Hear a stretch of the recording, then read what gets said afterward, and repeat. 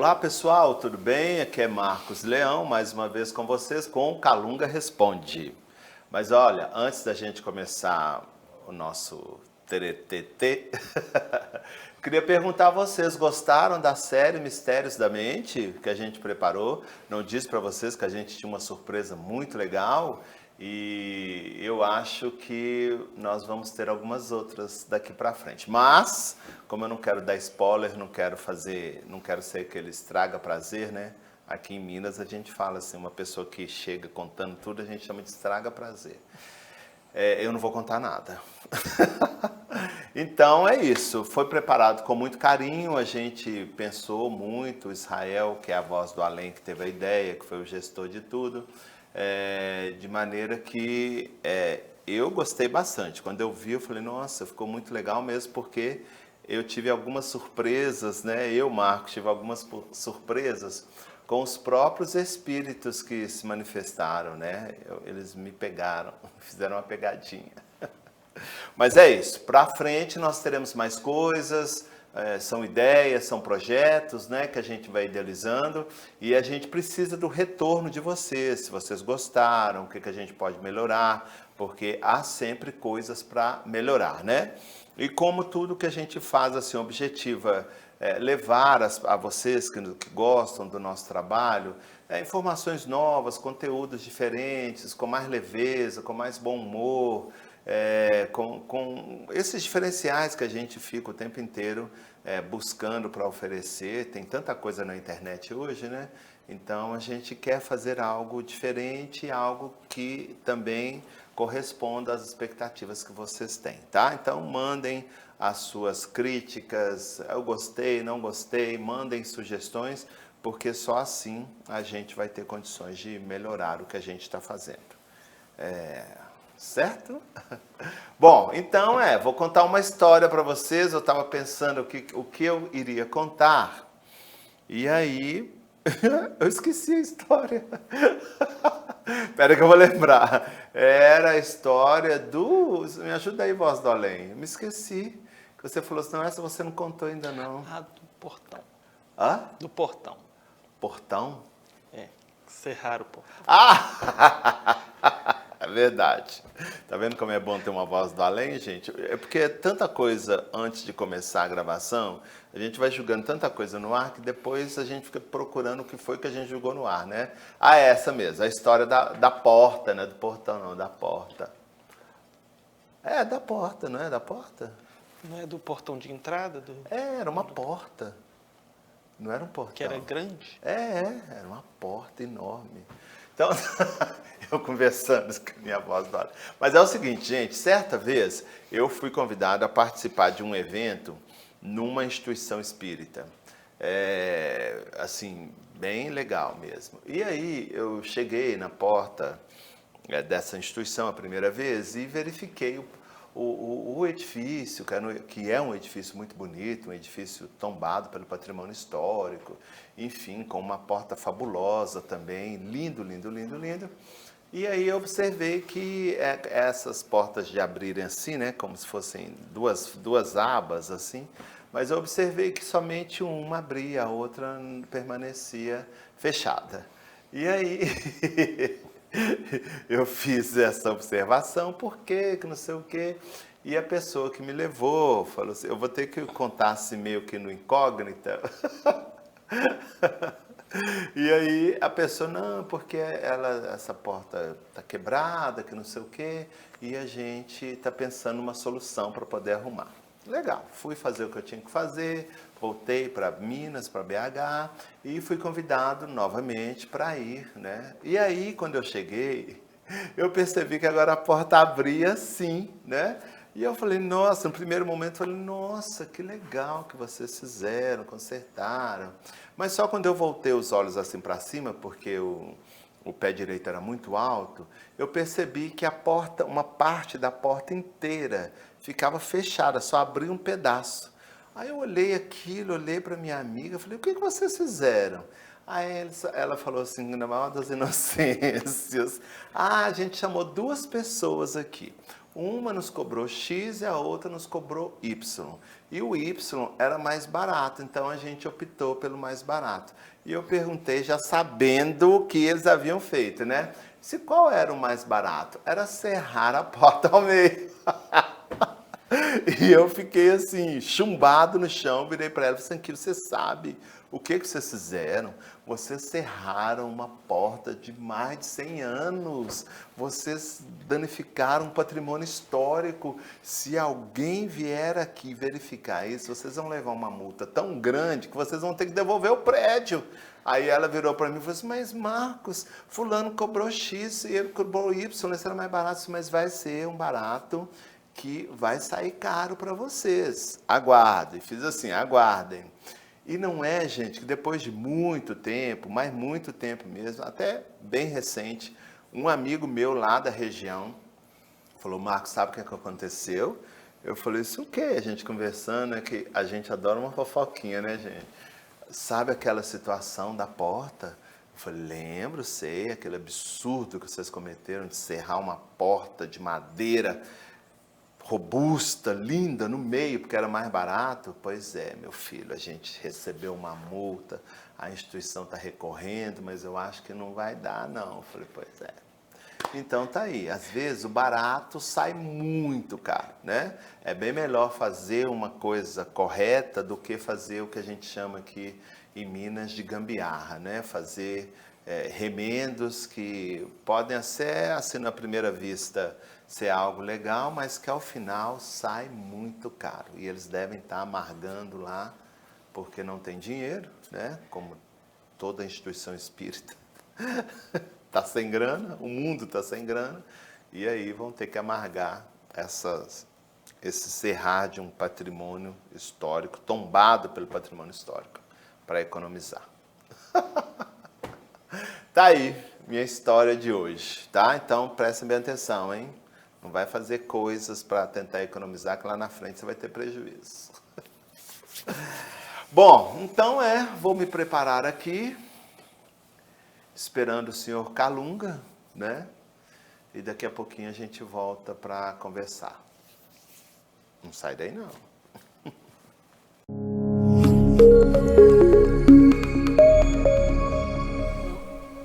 Graças a Deus. Graças a Deus que Jesus nos abençoe. Graças a Deus. Mais uma vez juntos, através da tecnologia, para que nós tenhamos a condição de conversar, trocar ideias, aprendermos mutuamente uns com os outros. Espero que a minha pequena contribuição possa ajudá-los a dar um passo além, né, na construção aí de dias melhores, dias mais felizes. Graças a Deus, graças a Deus. Graças a Deus, Calunga, obrigado pela presença. Hoje vamos fazer a pergunta da Karen Ladislau, do Rio de Janeiro. Ela pergunta, poderia falar na crença que existe aqui no mundo físico de que para progredir é preciso sofrer? Graças a Deus. Dessa crença eu não faço parte. Mas é uma pergunta interessante que faz muitas pessoas sofrerem desnecessariamente, né? Essa construção, ela vem de uma atitude meio que equivocada, que as pessoas geralmente têm, principalmente as religiosas, do que seja se reorganizar para se tornar uma pessoa mais feliz, mais leve, mais adequada aos desafios que lhes são colocados como uma proposta de fazer com que se redescubra e se faça uma pessoa mais bem elaborada em suas atitudes. É também um mecanismo utilizado por dirigentes religiosos que desejam justamente que as pessoas permaneçam no seu estado de ignorância e que se tornem submissas a determinados dogmas impostos por essa coletividade de pessoas, líderes religiosos, porque dessa forma não se tem a possibilidade desses seres, dessas pessoas, desses adeptos se rebelarem. Juntando em miúdos, na verdade, é uma situação que cria uma atmosfera de ignorância e submissão. E ignorância e submissão sempre foi alguma coisa muito lucrativa para grupos de pessoas, religiosas ou não, que objetivam, na linguagem popular, se dar bem, não é? Esse tipo de situação já nos é apresentado desde a antiguidade, muito antes, inclusive, das escolas religiosas ocidentais existirem ou estarem fundamentadas nos conceitos que conseguiram distorcer, né, do cristianismo. Todas as escolas religiosas, como nos é proposto, elas têm um objetivo benéfico, mas esse sentido benéfico, às vezes, esbarra nos interesses mesquinhos dos seus líderes ou aquelas pessoas que conclamam as vertentes dessa escola religiosa. Mas eu posso afirmar, eu, Calunga, posso afirmar para vocês que a totalidade das instituições que apregoam esse tipo de comportamento doentio e infeliz objetivam, direto ou indiretamente, criar um núcleo de pessoas não pensantes, entregues às suas questões mal resolvidas,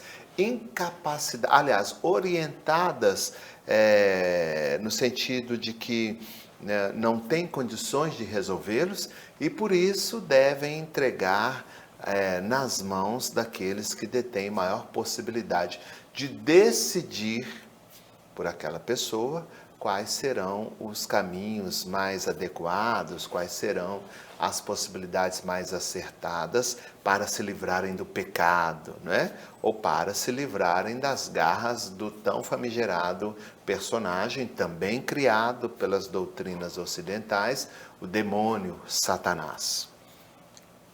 Nessa perspectiva de se identificar uma pessoa repleta de defeitos e a impossibilidade de fazer com que esses defeitos deixem de existir, e a distância da possível concretização das virtudes, cria um exército de pessoas amedrontadas, atordoadas, que não têm o menor receio de se autoflagelarem, se automartirizarem. E quando eu coloco dessa maneira, não me detenho apenas a autoflagelação física, que é ainda uma das tônicas muito presente na sociedade de vocês encarnados e que aportam na dimensão onde eu estou, pelo desencarne, levando o indivíduo a um comportamento ainda mais doentio e extremamente autoviolento, né? Ou extremamente violento para consigo mesmo. O corpo é a manifestação da imperfeição, da impureza. Essa é uma das coisas que eu ouço bastante aqui.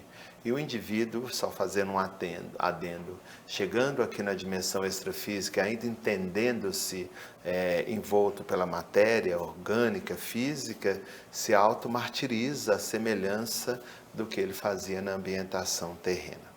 Mas voltemos ao que eu estava dizendo, esse automartírio não é apenas físico, mas é também psicológico e emocional. E ele vaza, extrapola para as relações que o indivíduo tem, a começar por aquelas mais próximas, que são os seus familiares, né?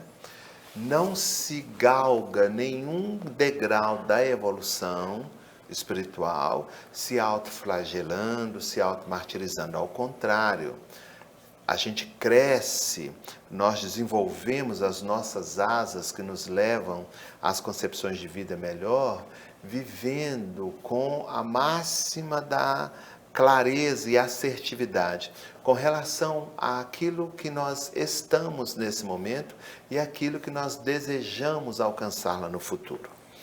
Essa é a ponte, ou é o ponto de início e a referência de uma possível chegada. E a ponte que entreliga essas duas coisas, o que eu estou hoje, o que eu desejo estar amanhã, são as nossas experiências, a nossa capacidade que a gente tem de elaborar reflexões, estruturas de pensamento e de emoção livres, inclusive, da culpa, do sentimento de inferioridade ou de qualquer outra coisa que uma coletividade de indivíduos religiosos ou não tentam nos imputar. Todos erram, eu, Kalunga, erro, conheço um monte de espíritos que erraram e continuam errando porque continuam tentando, não é? E é muito importante que a gente se conscientize disso. Não há como se atingir um patamar de vida melhor sem tentar. E às vezes o tentar acarretam erros que não devem ser colocados sob o ponto de vista de martírio, mas simplesmente ter um olhar diferente. Se eu errei é porque eu tentei, se eu tentei eu tomei uma ação, eu fiz o movimento, eu não estou inerte, eu não estou parado, eu não estou acomodado, eu não estou preso à minha zona de conforto. E não é o fato de eu ter errado que fará com que eu desista. Aliás, errar já te dá uma possibilidade de acerto maior, porque agora você já sabe que aquele caminho que você optou não é o mais acertado naquele momento, naquela circunstância. Isso não quer dizer que ele não seja, num outro momento, numa outra circunstância, o caminho ideal, não é?